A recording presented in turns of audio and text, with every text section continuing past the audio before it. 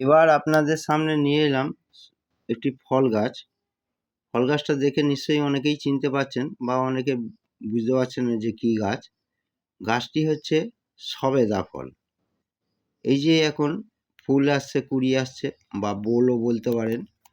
এই যে আসছে, এই গাছের মধ্যেই এখন কুড়িও আছে, আবার পাশে ডালে দেখা যাচ্ছে ফলও হয়েছে। আবার অন্য সাইডে দেখা যাচ্ছে পাকার টাইম এইরকমও ফল আছে।